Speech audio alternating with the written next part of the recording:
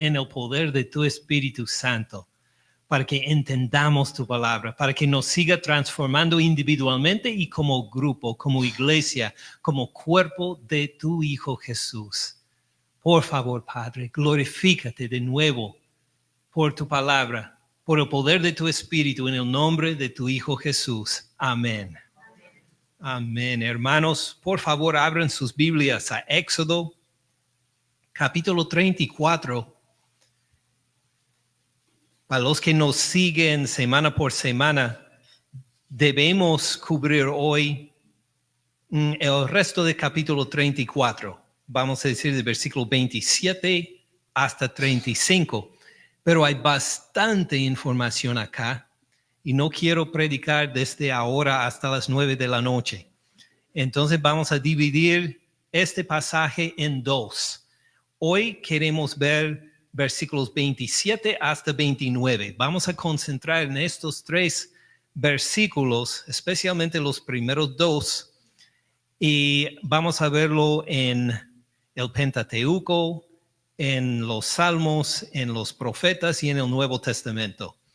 Y luego, si Dios permite, en 8 días, cuando vamos a reunirnos, que queremos ver versículos 29 hasta el final del capítulo para verlos en más detalle, porque hay mucho que pasa en este pasaje, no solo aquí, sino en el resto de la Biblia, y queremos entenderlo bien. Queremos no solo pasar por encima de las cosas rápidamente, sino queremos pausar, entender bien y dejar que el Espíritu Santo nos transforme.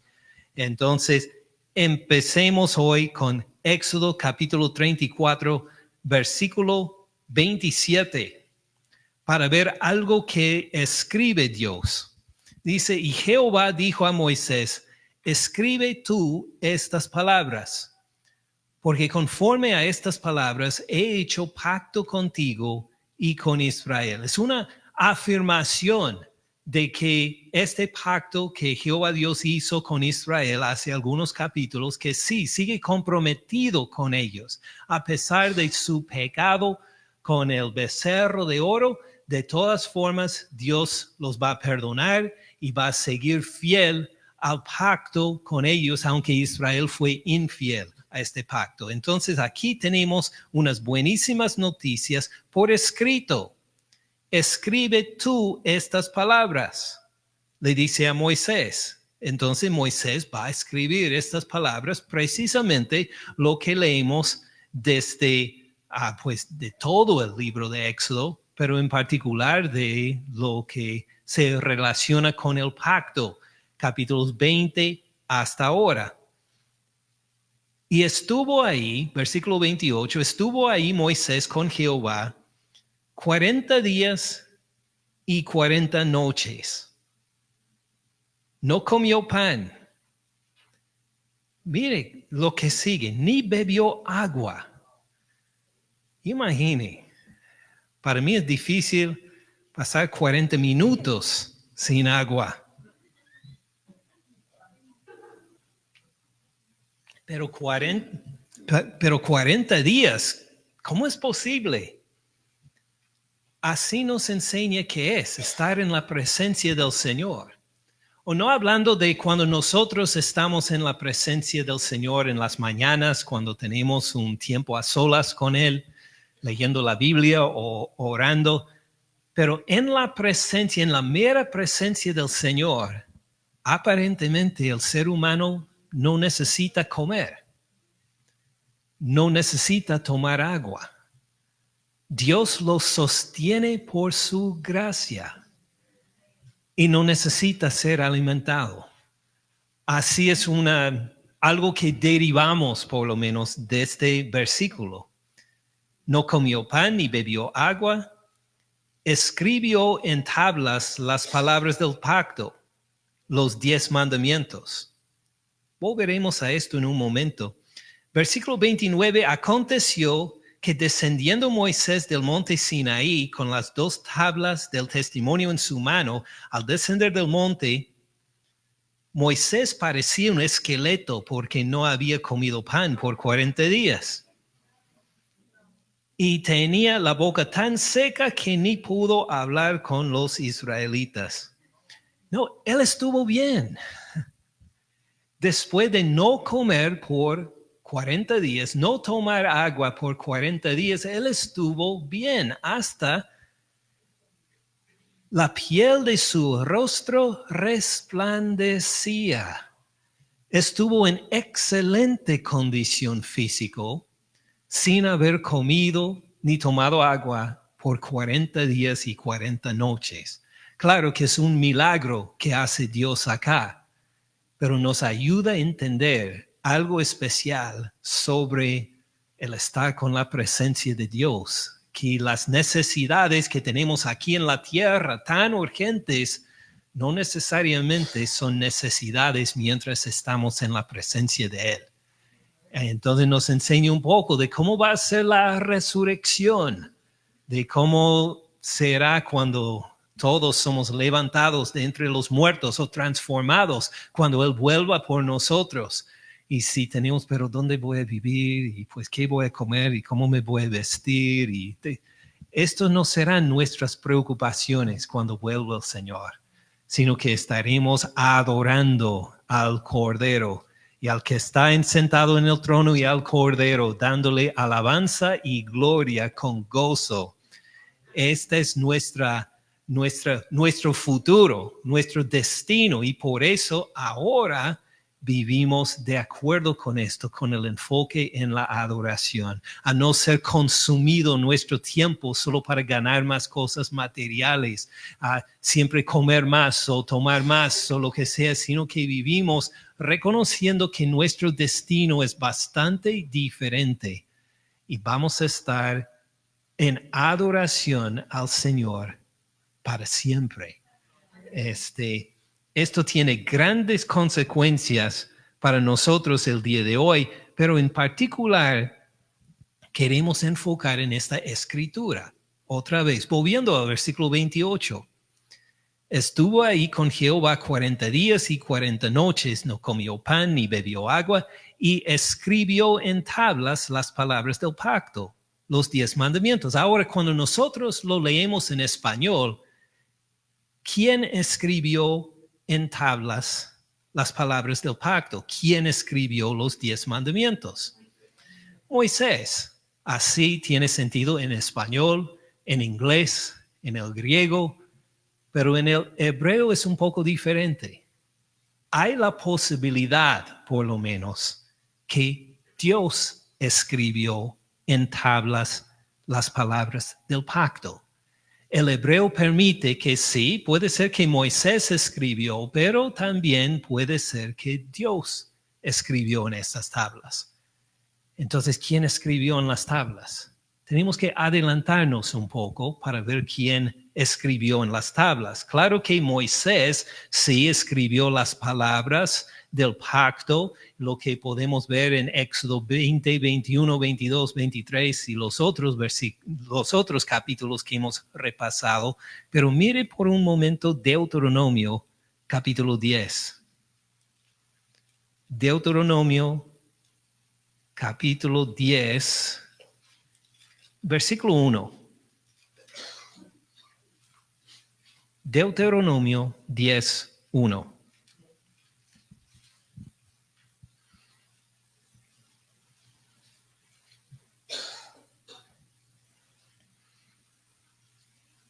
En aquel tiempo, dice Deuteronomio 10, versículo 1, en aquel tiempo Jehová me dijo, está hablando Moisés, lábrate 2 tablas de piedra como las primeras. Entonces, ¿quién tuvo que cortar estas tablas de piedra? Moisés. Y sube a mí al monte, y hazte un arca de madera, y ¿qué dice Jehová? Escribiré en aquellas tablas las palabras que estaban en las primeras palabras que quebraste y las pondrás en el arca. Entonces, bien evidente acá que está hablando Jehová y dice que Él va a escribir en estas tablas. Claro que Moisés escribió el resto del pacto, capítulos 23, 24, todo lo que tenemos en el libro de Éxodo y más. Pero en cuanto a estos 10 mandamientos, Dios con intención escribió en estas tablas de piedra los 10 mandamientos. Escribiré en aquellas tablas las palabras que estaban en las primeras palabras que quebraste, y las pondrás en el arca. Dice Moisés, hice un arca de madera de acacia, labré 2 tablas de piedra como las primeras, subí al monte con las 2 tablas en mi mano y escribió en las tablas conforme a la primera escritura los 10 mandamientos que Jehová los había hablado en el monte en medio del fuego el día de la asamblea y me las dio Jehová. Volví, descendí del monte, puse las tablas en el arca que había hecho y ahí están como Jehová me mandó. ¿Quién escribió en estas tablas de piedra? Evidentemente es Jehová Dios.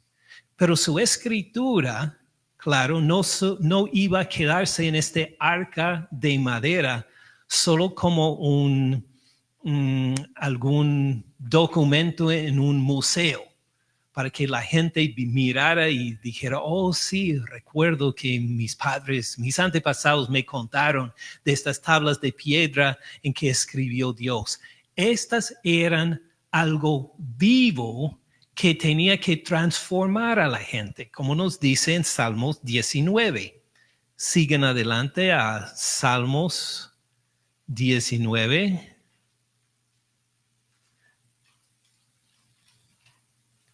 Para ver la transformación que debe tener o que se esperaba de estas palabras habladas hasta escritas por Dios.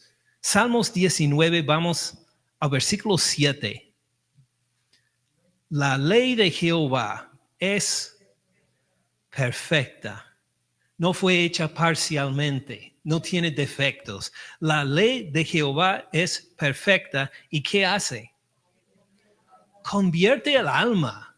Cuando uno lo estudia, cuando uno lo memoriza, esto espera que pase, que el alma sea convertido, que reconozca que esta perfección solo puede venir del Dios viviente. El testimonio de Jehová, otra palabra para su ley. El testimonio de Jehová es fiel, es seguro, es verdadero. ¿Y qué hace? Hace sabio al sencillo. Uno que está aprendiendo, uno que no tiene experiencia en las cosas de la vida, va a tener esta experiencia no solo por la vida diaria, sino por escuchar la palabra de Dios y ponerla en práctica. Tiene sentido, ¿verdad? Los mandamientos de Jehová son rectos. ¿Y qué hacen? Alegran el corazón. Si buscas tener alegría, una forma de acuerdo con la Sagrada Escritura para tener alegría es obedecer la palabra de Dios.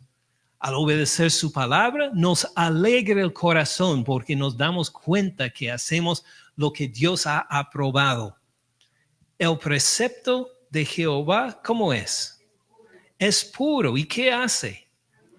Alumbra los ojos, nos ayuda a ver las cosas de una perspectiva diferente. Empezamos a ver el mundo de acuerdo con la perspectiva de Dios. ¡Qué maravilloso! El temor de Jehová, versículo 9, ahora habla de la palabra de Dios, pero de su impacto en nosotros. Debe causarnos temor. Debemos temer a Dios cuando leemos su palabra. El temor de Dios es ¿qué? Es limpio, es santo, no tiene mancha, no tiene arrugas, que permanece para siempre. Los juicios de Jehová, otra palabra, otra descripción de su palabra, son verdad. Todos justos, deseables son. Deseables son más que el oro. Dijeron esta semana que el oro está en el precio más alto en toda la historia reciente. Más deseable que el oro es la palabra de nuestro Dios. Deseables son más que el oro, más que mucho oro afinado y dulces, más que miel. de la que destila del panal. Tu siervo, el salmista, hablando en referencia a sí mismo, es además amonestado con ellos. En guardarlos hay grande galardón. ¿Quién podrá entender sus propios errores?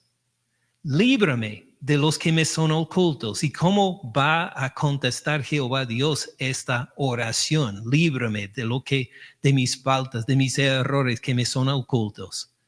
Mientras uno lee su palabra pura, fiel, verdadero y todo lo que vimos. Esta es la idea, que su palabra sigue transformándonos para convertir nuestras almas, hacer sabio al sencillo, para alegrar el corazón, para alumbrar los ojos. Todo lo demás que nos describe acá, esto hace esta ley, puesto en resumen, por lo que escribió Jehová Dios en estas 2 tablas de piedra. Tiene sentido, ¿verdad? Y así obró siempre en toda la historia de Israel, ¿verdad? No, desafortunadamente no obró así en la historia de Israel. ¿Qué hizo el pueblo una y otra vez? Puso de lado la palabra de Dios, decidieron que eran más sabios que Dios, decidieron desobedecer la palabra de Dios o no atenderla. Entonces no hubo esta transformación del alma mientras seguía Israel en su pecado. Entonces Dios habló de otra clase de escritura. ¿Otra clase de escritura? Sí, en los profetas. Miren, por ejemplo, en Jeremías capítulo 31. Jeremías 31, versículo 31. Jeremías 31, 31.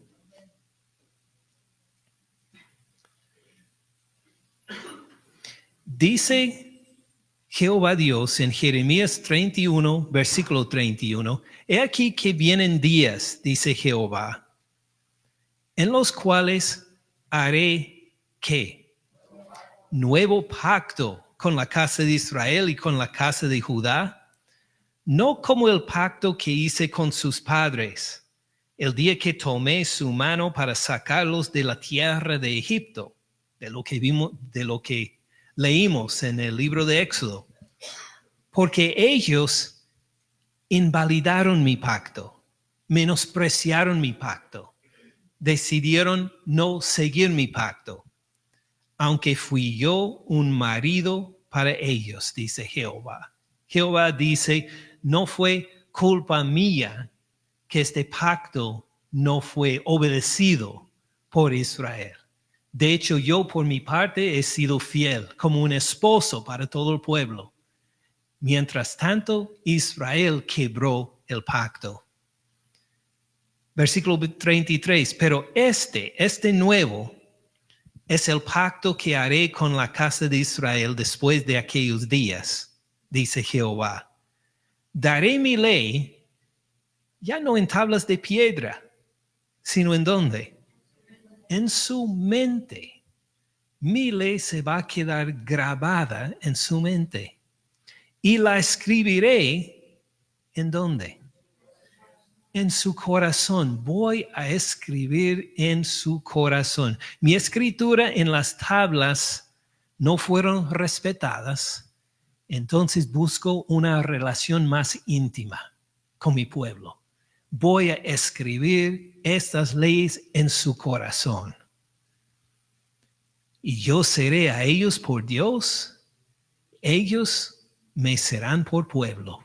Voy a convivir con ellos, ya no por medio de palabras talladas en piedra, sino por lo que voy a escribir en sus corazones. Muy bonito, les parece, ¿verdad? Como Dios, en vez de rechazar a Israel, de decir, no han obedecido el pacto, ya no quiero nada que ver con ustedes. En cambio, dice, sabe, vamos a tener una relación más estrecha. Voy a escribir mis leyes en tu corazón para convertir tu alma, para que se alegre su corazón, para alumbrar sus ojos y todo lo demás. Lo voy a hacer de su interior por escribir mis leyes en tu corazón. Miren también en Ezequiel.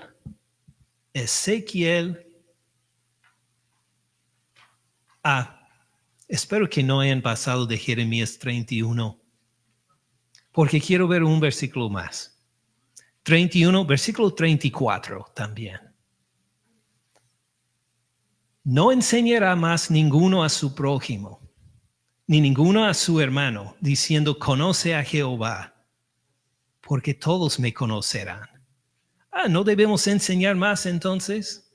No, en cuanto a cosas nuevas para conocer a Jehová Dios, no hay necesidad de enseñarle otra manera, sino por medio de la fe en el Señor Cristo Jesús. Esta es la manera de conocer a Dios. Si usted entiende esto, si ha entregado su vida al Señor, si confía en Cristo Jesús como su Señor y Salvador perfecto, ya no necesitas que alguien te enseñe otro camino al Señor. Ya lo tienes. Y todos, lo que sea su edad, los que entienden el Evangelio, todos lo conocen. Y esta es la parte que no enseñamos como una segunda opción, porque no hay. Esta manera de conocer a Dios es el único, y si uno lo tiene, no te falta más para conocer a Dios. Claro que va a entenderlo mejor, conocerlo mejor por medio de las Sagradas Escrituras, pero en cuanto a conocer a Dios, pasando de desconocido a uno conocido por Él, es por fe en Cristo Jesús. No hay otra opción. Conoce, porque todos me conocerán, desde el más pequeño de ellos. Ahora, hasta un niño de 4, 5, 6, 7, 8 años de edad. Sí. Igual como alguien de 70 años o de 80 años de edad.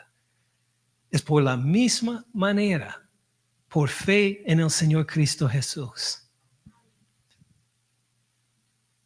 Todos me conocerán, desde el más pequeño de ellos hasta el más grande, dice Jehová, porque perdonaré la maldad de ellos y no me acordaré más de su pecado. La gloria sea al Señor. Esta escritura en el corazón de uno, por fe en el Señor Cristo Jesús, es la única manera de conocerlo y es la forma por la cual el Señor nos transforma, como vimos descrito en los Salmos. Tiene sentido hasta ahora, ¿verdad? Ahora podemos pasar a Ezequiel. Jeremías, Lamentaciones, luego Ezequiel. Ezequiel capítulo 11. Ezequiel 11, versículo 14. Ezequiel 11, 14.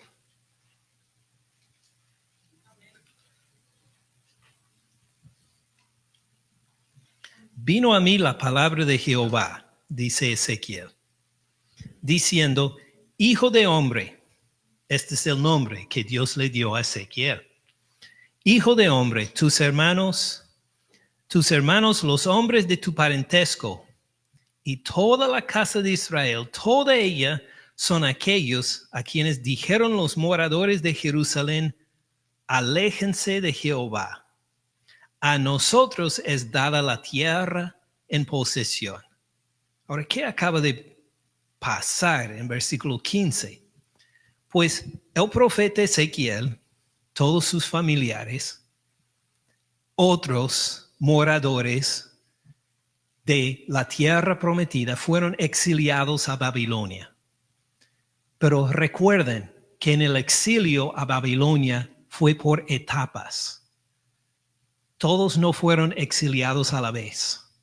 Había un pequeño grupo con Daniel, Sadrach, Mesach, Abednego. Recuerden de la historia de ellos.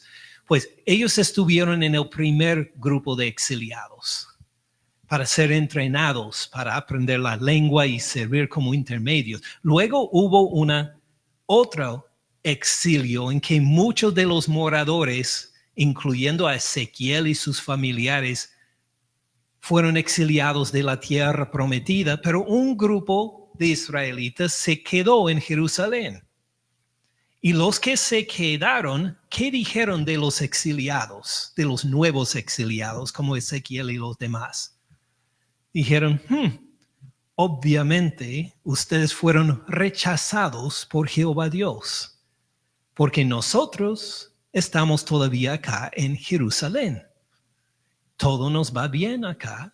Dios nos prospera. Estamos en bendición mientras ustedes fueron exiliados a donde nuestros enemigos, pobres de ustedes, alejados de Jehová, no lo conocen, no pueden llegar al templo que todavía está entre nosotros, son rechazados por Dios.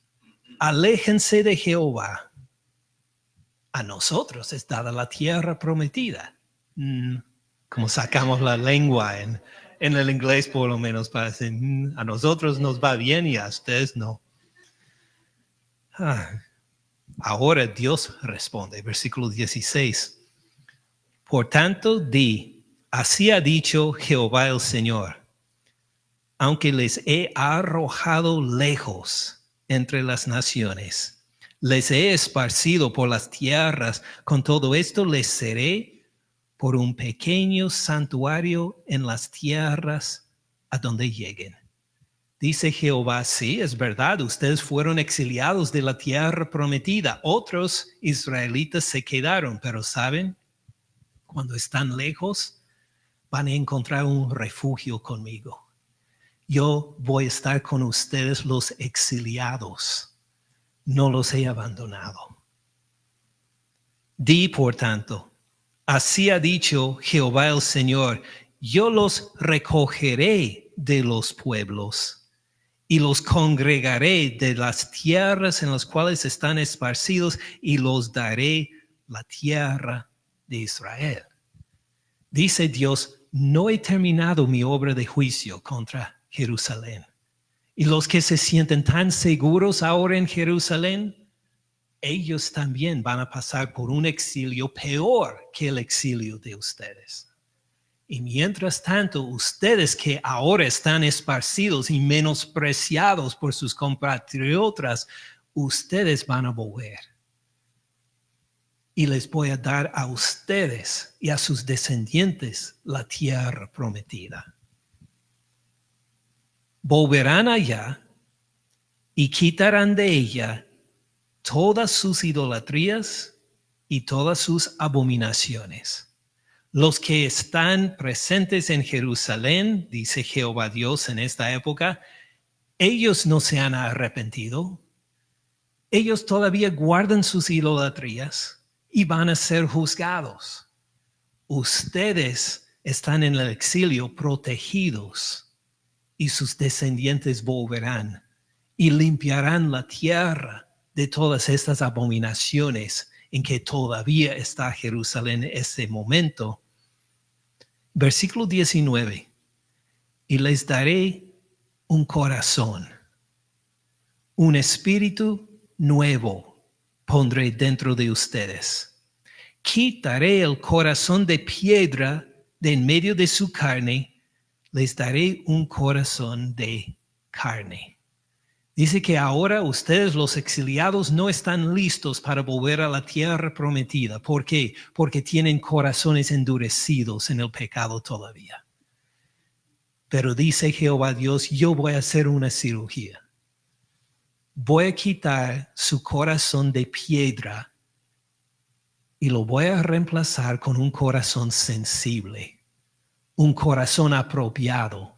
Un corazón de carne, un corazón que responde a mi palabra, un corazón que escucha mi palabra y responde como debe responder.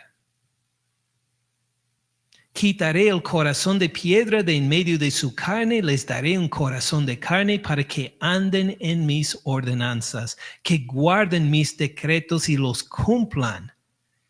Y allí otra vez está esta promesa, y me sean por pueblo y yo sea ellos por Dios. Mas aquellos cuyo corazón anda tras el deseo de sus idolatrías y de sus abominaciones, como los que se quedaron en Jerusalén en ese entonces, yo traigo su camino sobre sus propias cabezas, dice Jehová el Señor. No se alteren por la jactancia de este grupo que parece estar en bendición.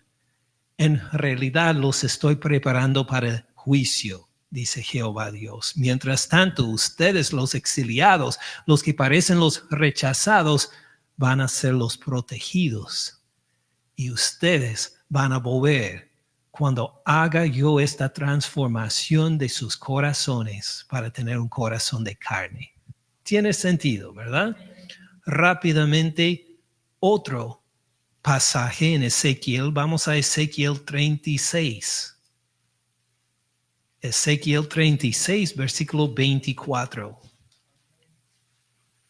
Ezequiel 36, versículo 24.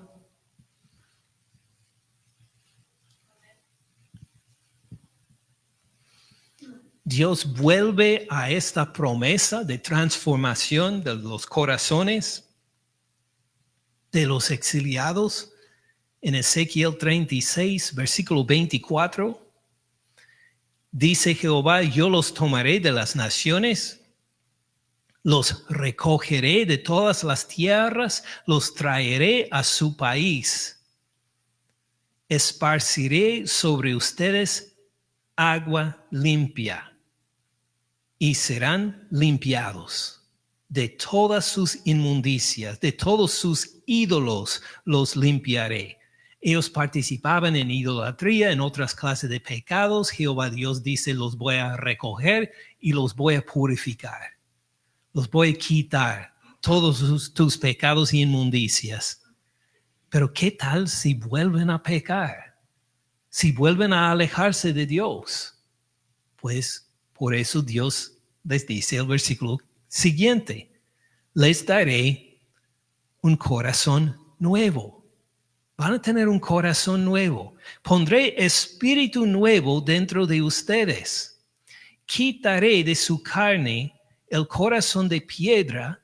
Les daré un corazón de carne. Y no solo esto, sino que pondré dentro de ustedes mi espíritu. Y haré que anden en mis estatutos y guarden mis preceptos y lo pongan por obra. Habitarán en la tierra que di a sus padres, y ustedes me serán por pueblo, y yo seré a ustedes por Dios. Entonces, ¿qué hemos visto hasta ahora? Que Dios escribió en tablas de piedra, escribió la ley, que debe haber convertido la alma de los que eran devotos al Señor. Pero el pueblo respondió con desobediencia. Rechazó el pueblo a Dios y sufrieron las consecuencias hasta el exilio. Pero en vez de abandonarlos, Dios les prometió: voy a hacer otra escritura. Voy a hacer una cirugía de corazón para que tus corazones sean diferentes, para escribirles en su mente mis leyes, para darle un nuevo espíritu, para que no solo escuchen la palabra y les entra por un oído y les sale por el otro, sino que van a de veras recibir esta palabra para obedecerla. ¿Tiene sentido? ¿Y será que esta nueva escritura pasó? Pues sí, lo podemos mirar en 2 Corintios capítulo 3. 2 Corintios 3, versículo 1.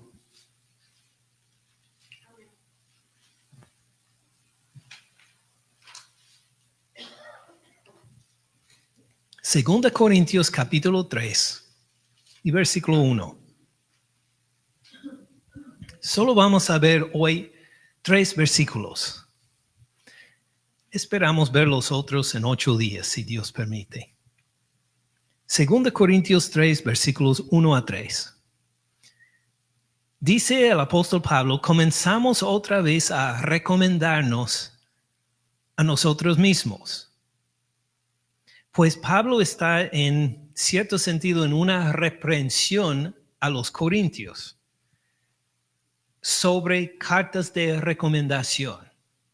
Parece que algunos entre los corintios se desanimaron del apóstol Pablo. Ya no querían seguirlo.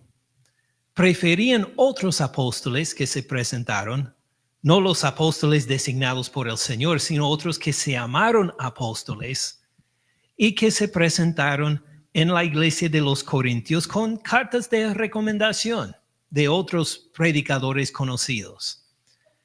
Entonces, ya fascinados por estos nuevos predicadores, ya no querían pues seguir en comunicación con Pablo. Pablo era de los antiguos, tradicionales. Querían algo más nuevo, algo más llamativo, un mensaje de los que Pablo describe en otra parte de la carta como superapóstoles. Como que sí, Pablo es apóstol, pero hay superapóstoles. ¿Han escuchado alguna vez el podcast de fulano de que así se quedaban los corintios como queremos seguir a estos otros que son más llamativos? ¿Y qué carta de recomendación tienen esta gente? Queremos una evidencia de que son superapóstoles, y cuando llegan con sus cartas uno se queda, wow, impresionado. Claro que va a predicar el domingo. ¿Y el apóstol Pablo? Ya no tenemos tiempo para él. Entonces dice el apóstol Pablo, en respuesta a este rechazo, comenzamos otra vez a recomendarnos a nosotros mismos. Dice el apóstol Pablo, yo y mis colaboradores y yo tenemos que entrar con ustedes otra vez, como al principio, como cuando no nos conocían. Buscan cartas de recomendación de parte de nosotros también. Tenemos que presentar nuestro currículum vitae, nuestra lista de experiencias para que nos permitan ministrar entre ustedes. ¿O tenemos necesidad, como algunos, de cartas de recomendación para ustedes, o de recomendación de ustedes? Dice Pablo, o tal vez les pedimos cartas de recomendación para que mis colaboradores y yo, hablando Pablo, lleguemos a otras iglesias. Necesitamos que ustedes, los corintios, nos escriban cartas de recomendación. Nuestras cartas de recomendación son ustedes. Dijo a los corintios, mírense a ustedes mismos. ¿Quién les preguntó para que escucharan el evangelio, para que crecieran en la gracia del Señor? El apóstol Pablo dice, mis colaboradores y yo hicimos esta prédica. Ustedes son iglesia, ustedes existen como cuerpo del Señor Cristo Jesús, porque nosotros les predicamos el evangelio. Ustedes son nuestra carta. ¿Buscan una carta de recomendación de nuestra parte? Mire el espejo. Mire a todos los hermanos. Ustedes son nuestra carta de recomendación, escritas en nuestros corazones. Es decir, los colaboradores de Pablo y él los amaba. Dice que miren nuestro corazón. Los amamos. No queremos hacer que viven estorbados en su relación con el Señor. No queremos que sufran en su relación con el Señor. Siempre les hemos ministrado por amor, con el deseo que ustedes sean bendecidos, que ustedes salgan adelante, que ustedes crezcan en el conocimiento y la gracia de nuestro Señor. Nuestro motivo siempre era que ustedes fueron elevados en la presencia del Señor. Nuestras cartas son ustedes, escritas en nuestros corazones, conocidas y leídas por todos los hombres. Cualquier persona puede mirar la iglesia de los Corintios y decir, gloria a Dios. Miren cuánta gente ha escuchado la palabra de Dios y se ha convertido de la idolatría a la fe en el Señor Cristo Jesús. Cualquier persona, si son creyentes, si no son creyentes, pueden mirar esta iglesia y Corinto y dar gloria a Dios por lo que ha pasado allá. ¿Qué necesidad de cartas, de una hoja de papel con una recomendación? Entonces, si ustedes mismos son nuestra carta, si están en nuestros corazones, si cualquier persona puede testificar de la gracia de Dios a ustedes. Tiene sentido hasta ahora, ¿verdad? Ahora sigamos un versículo adelante para ver la conexión con lo que escribió Dios. Versículo 3. Siendo manifiesto que sois, o nosotros diríamos son ustedes. ¿Qué son ustedes? Carta de Cristo. ¿Quién escribió en ustedes? ¿El apóstol Pablo? No. ¿Sus colaboradores? No. Cristo mismo escribió en esta carta que son ustedes. Su salvación no fue hecho por Pablo, ni por sus colaboradores, ni por ningún superapóstol, ni a nadie más, sino Cristo Jesús mismo te escogió, te llamó, te salvó, te va a glorificar. Ustedes son la carta, esta escritura que hizo el Señor Cristo Jesús. Siendo manifiesto que son carta de Cristo expedida por nosotros. Había un envío, hubo un correo. Llegó esta carta de ustedes por medio de nosotros. Nosotros llegamos para enviarles este mensaje, para decir, toma, Cristo Jesús, Dios mismo tiene un mensaje por ti, para ti. Tiene este mensaje del Evangelio. Nosotros simplemente fuimos los que tomamos este mensaje y se lo entregamos a ustedes. Esto fue escrito por Cristo Jesús a ustedes. Son carta de Cristo expedida por nosotros, escrita no con tinta, sino con ¿quién? Como estas profecías hablaban del Espíritu que voy a poner en ustedes. Voy a cambiar su corazón de un corazón de piedra a un corazón de carne y te voy a dar mi Espíritu. Así ha pasado en la iglesia en Corinto. Por la prédica del apóstol Pablo y de sus colaboradores, Cristo mismo escribió la carta que es esta iglesia.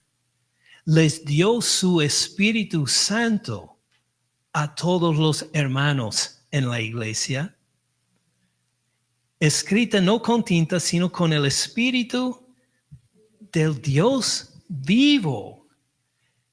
Cuando hablamos de Dios, no estamos hablando solo de doctrinas, solo de filosofías. Estamos hablando de un ser vivo que actuó, que escribió en su vida y te hizo una carta de él mismo, te dio su espíritu, escribiendo en tu vida por su espíritu.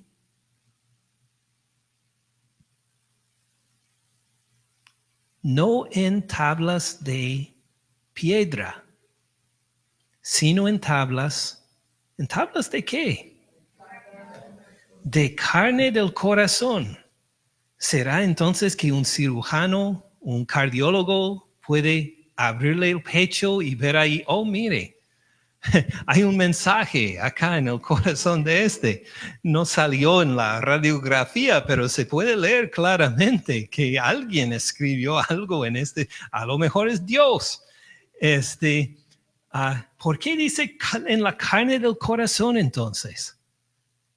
Está haciendo referencia a estas profecías de Jeremías y de Ezequiel, hablando de cambiar el corazón para decir, la iglesia de Corinto, recuerden que Cristo ha escrito, no en palabras en piedra, sino en tu corazón, por su Espíritu, una nueva vida.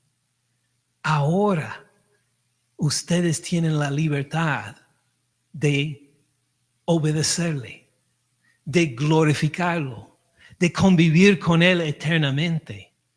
Todas estas cosas tienen, no porque alguien llegó con una carta de recomendación, sino porque mis colaboradores y yo, dicen Pablo, llegamos con el Evangelio y te dijimos el mensaje dado a nosotros por el Señor Cristo Jesús. Y por esto ustedes son una nueva carta escrita por el Señor. ¿Tiene sentido? Ahora, ¿cómo nos va a impactar a nosotros esta semana entonces? ¿Vamos a seguir con la misma rutina de siempre, de ganar más dinero para gastar más dinero, para quedarnos endeudados y sobrecargados de cosas materiales hasta ahogarnos y pues de todas las otras cosas que sigue el mundo? No. En cambio, vamos a pausar para recordar. Somos lo que somos solo por la gracia de nuestro Dios. Tenemos el Espíritu de Él. ¿Qué más necesitamos en realidad? Si tenemos al Espíritu de Dios en nosotros. ¿Qué tememos? ¿De qué estamos ansiosos esta semana? ¿Qué preocupaciones tenemos? Cuando ya somos la carta escrita por el Señor Cristo Jesús, no en tinta, sino por su Espíritu, el que ha cambiado nuestros corazones, de un corazón de piedra a un corazón de carne.